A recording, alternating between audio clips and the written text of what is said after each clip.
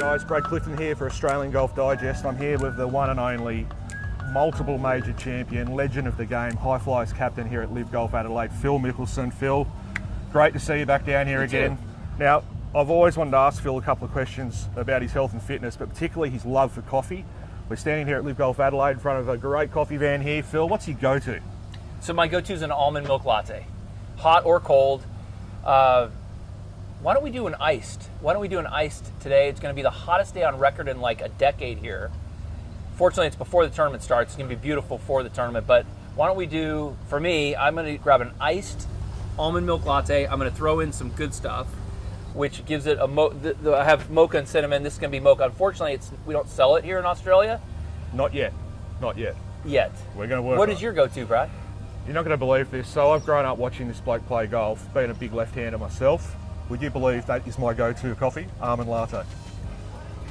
I knew I liked you like right from the beginning. 2 almond lattes, please. Iced.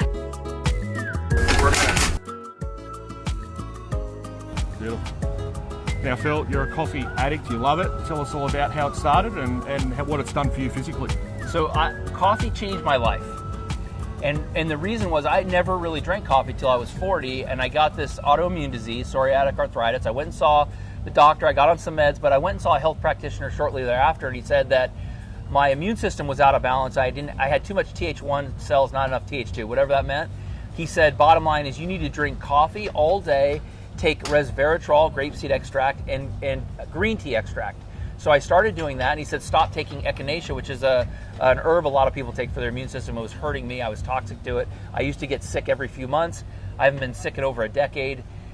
I got off all meds years ago, and I attribute all of this to coffee. And so I started to think that if coffee is going to be the foundation of my health and wellness, if it's the highest intake of antioxidants, I'm not going to dilute it with a bunch of crap. I'm going to put good stuff in my coffee that helps build my health and wellness. Caffeine in every study of every sport is shown to improve performance. However, in golf, we can get a little jittery. And so to combat that, there's an amino acid called L-theanine. It's odorless, it's tasteless, natural to our bodies though, that I put into our good stuff that helps latch on to the caffeine and create a calm.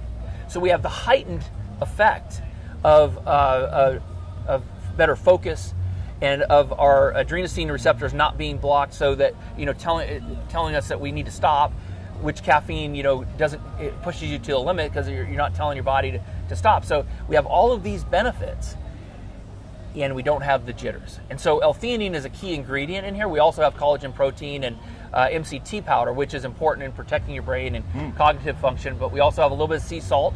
Himalayan sea salt's important because it helps your cells absorb the water and maintain hydration.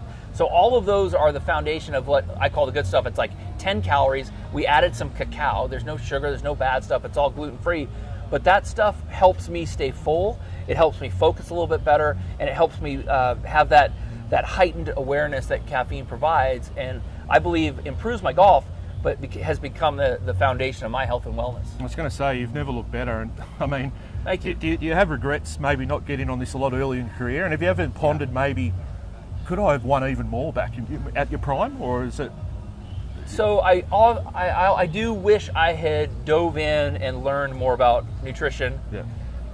When I started playing golf, though, fitness wasn't even an issue. Yeah. Like, it wasn't until Tiger came along, and he was years behind me, that it was really got to be accepted, and then got to grow, and the foundation of, or the formation of TPI, Titleist Performance Institute, with Dave Phillips and Greg Rose, that we really started to train for golf specific as well as injury prevention. And so when I started working out with my trainer in 2003, 21 years ago, we went into it with the idea of elongating my career rather than trying to perform great for a short period of time. Well, here I am, 54, I've been relatively injury-free, and I feel like we've accomplished our goal of that. And I wish I had dove in a little bit more on nutrition. I didn't. I don't think it would have led to me winning more or anything, but it sure would have been nice to be accountable for my health at a younger age. I think that I might have had, I don't know. I don't even know what could have been or been different. Yeah. You've been to Australia, you've come here for decades now playing golf, President's Cups, Australian Opens, obviously LIV Golf Adelaide's just going insane. What's your impressions of Adelaide and this event, and also the coffee culture of Australia? So the coffee culture is incredible. There's a bunch of great coffee houses. We were talking this morning over breakfast and coffee how incredible a city Adelaide is, and you're walking down the boardwalk and there are hundreds and hundreds of people like in the ocean and running up and down like it's a health crazed city, and with the beautiful ocean and the beautiful weather, it's understandable. But it's coffee. You see coffee houses everywhere. Everybody enjoys and appreciates it, and I've loved all the different coffees. I love trying all the different flavors. For LIV Golf, this has really become the showcase of what LIV Golf is about, and we're trying to take this model, this enthusiasm, and move it throughout the world in different parts. And as we go to a new place this year, South Korea, as we go to Hong Kong, different parts of the world, and along Asia, we'll go to Mexico City. We're seeing this interest, especially in the young kids. The signing of Tom McKibben, and what he said when he signed. I've been watching LIV Golf for the last couple of years. I've wanted to be a part of this. That's what LIV Golf is about. It's about long live golf. It's about growing the game. It's about attracting the younger generation. And the fact that some of the young stars now, as early as like Tom McKibben, just the last couple of years, seeing LIV Golf as being this cooler way to play golf, compete in golf, and showcase golf, that's what we're about, is attracting that young crowd. That's what we were missing and have been missing for a long time until now. You're 54 now. You're still striping it. HyFlyers, another big year ahead. Tell us a little bit about the expectations for the team and the expectations on your own game as well. What do you want from yourself?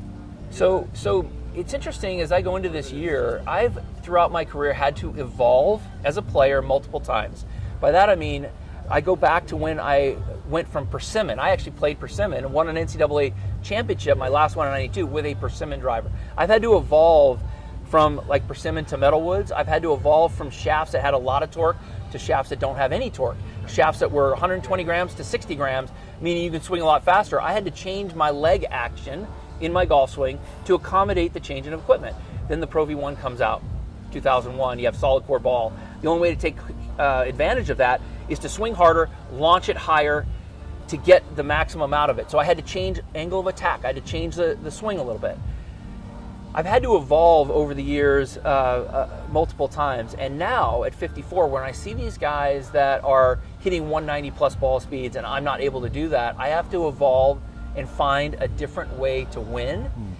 In the last couple of years, I've been internally kind of fighting it, like I need to try to play and win the way I used to. No, I got to evolve and win and shoot lower scores a different way, and that's what I've been focusing on the last 4 months. That's why I'm excited to get back out and play, because I'm approaching the game, approaching scoring and competing in an evolutionized way. You're not done yet, are you? No, because I can beat him, but I just can't beat him the way I used to be playing. Yeah. I got to beat him a different way. Yeah. And I think I'm going to do that. I remember Paul Casey telling me it's bloody tough to win out here. You look at the leaderboard and the fields that we get every tournament here. It's extraordinary. It's hard. Yeah. It's hard work. This is a great golf course because it showcases a player's game and gives you a chance to shoot a low score multiple different ways. You can hit drivers on a lot of holes. You can hit irons on a lot of holes. You can attack pins. You can play center of the green. But this golf course, the way the bunkers are strategically placed, the way the dog legs are strategically placed, the firmness of the ground, the roll-offs, it gives you opportunities to play different ways off the tee and around the greens. You can putt it, flop it, bump it, a lot of different options around the greens. And so players are faced with multiple options, and that's why you see such a variety of guys playing well and scoring well out here. Finally, Greg Norman, huge icon down here, has obviously played a huge role in this tournament. What's your relationship been with Greg? How important and influential has he been with your time at LIV? And he's obviously just turned 70, looking as good as you at 70, I might add. He's got his own fitness regime going on there. Tell us about your time with Greg. My time with Greg has been incredible. I have the utmost respect for him. And Greg was the one that many years ago had the vision of what could be for professional golf, where it needed to evolve to. He was innovative. Like he saw an opportunity to grow the game, to increase the excitement in the game, and he was willing to go out on a limb and take the hits that is required when you start making change like this. And he was the one that got this thing started and got this thing rolling and got it accepted throughout the world and moved throughout the world. And everybody on LIV is so appreciative to him for getting it started. And as as we move now from, yes, we're accepted and we're part of the golf ecosystem, now it's about brand building throughout the world, and that's where Scott O'Neill has been incredible, because he's been doing it for 25 years. He's the best at it. He's done it in multiple sports, and now he has a chance to come and take what Greg has started and start building that brand now that it's already been accepted. Well, it's an exciting time for the league, and it's an exciting time for Adelaide, as it always is. Phil, I wish you all the best for the season. Appreciate your time. Thanks, Let's go Greg. have our almond lattes with the good stuff. Yeah, let's have a little coffee. Cheers.